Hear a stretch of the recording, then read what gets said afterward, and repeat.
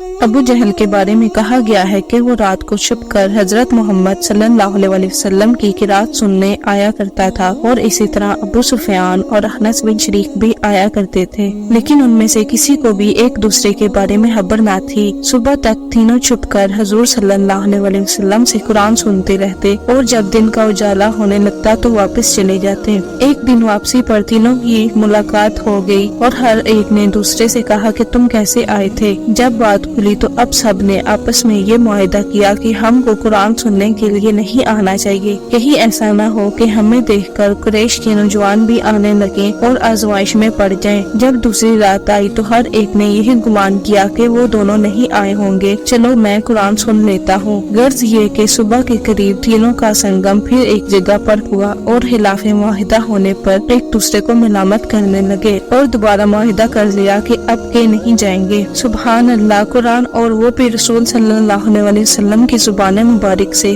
بھلا ان کو اب کب سونے دیتا تھا۔ اور جب تیسری رات آئی تو پھر تینوں نے حضور صلی اللہ علیہ وسلم کی مجلس میں گئے، اور پھر صبح کے وقت معاہدہ کر لیا کہ آئندہ سے تو ہرگز نہیں آئیں گے۔ اب انس بن شریک ابو سفیان کے پاس آیا اور کہنے لگا کہ تمہاری کیا رائے ہے؟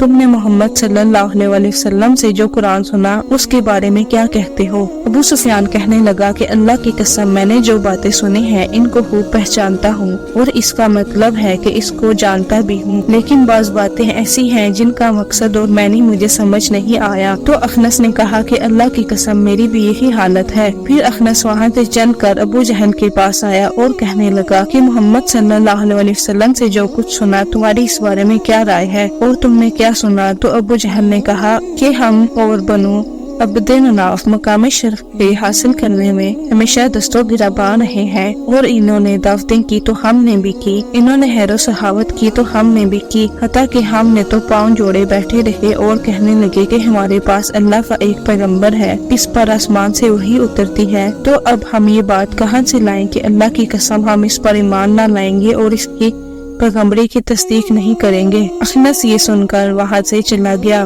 افسوس کہ حق کو حق سمجھ کر بھی وہ لوگ ایمان نہ لائے اور یوں ہی جھوٹی چودراہٹ کے تحفظ میں جہنم کا سودا کر بیٹھے۔